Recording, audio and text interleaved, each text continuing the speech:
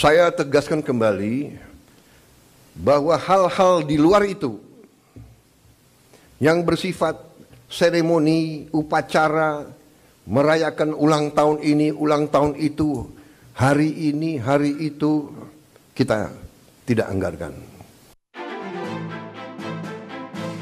Penghematan anggaran diperlukan untuk membiayai program-program pemerintah Prabowo Gibran, salah satunya untuk program makan bergizi gratis. Prabowo pun mengeluarkan instruksi Presiden nomor 1 tahun 2025. Perjalanan dinas dikurangi. Saya potong setengah. Dengan setengah kita bisa menghemat 20 triliun lebih. Kalau kita hitung 20 triliun, berapa puluh ribu sekolah, gedung sekolah bisa kita perbaiki.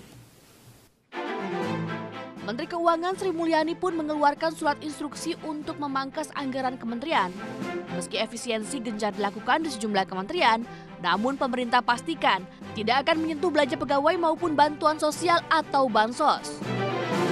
Saat ini bahkan kami melakukan lagi adjustment agar makin tajam berbagai penyesuaian anggaran di kementerian dan lembaga yang diinstruksikan oleh Bapak Presiden sedang berjalan. Tujuannya agar birokrasi makin efisien dan kegiatan serta penggunaan uang negara APBN betul-betul bisa langsung dinikmati masyarakat. Pengurangan di situ. Dari surat yang dikeluarkan, berikut adalah data kementerian dan lembaga yang mendapatkan efisiensi anggaran terbesar. Pertama, ada Otoritas Ibu Kota Nusantara atau IKN dengan tingkat efisiensi mencapai 4,81 triliun rupiah. 75,2% dari total anggaran yang mencapai 6,39 triliun rupiah. Kemudian Kementerian Pekerjaan Umum dengan efisiensi mencapai 81,38 triliun rupiah. Pemotongan ini mencapai 73,34% dari total anggaran, 110,95 triliun rupiah.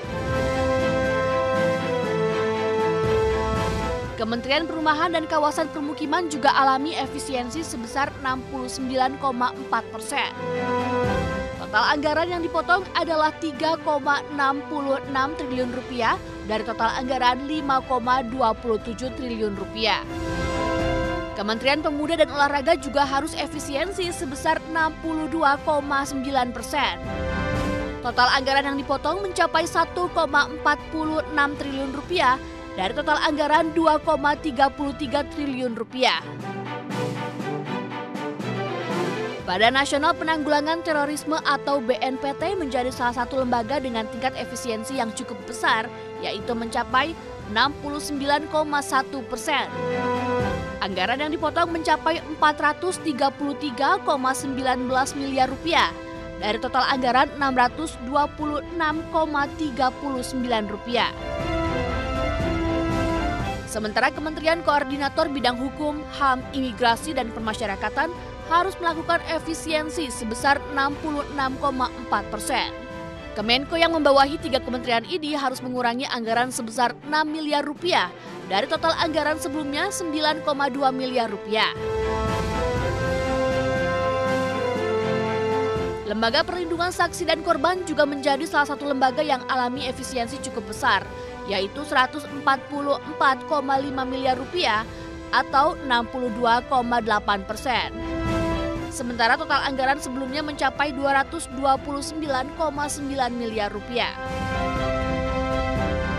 Kementerian Koordinator Bidang Pangan juga terkena efisiensi sebesar 27,6 miliar rupiah atau 62,6%. Sementara total anggaran sebelumnya mencapai 44 miliar rupiah. Pemerintah juga menyiapkan anggaran sebesar 144,6 triliun. Anggaran ini untuk memastikan ketahanan pangan nasional di tengah potensi gejolak pangan global pada 2025. Tim Liputan, iNews melaporkan.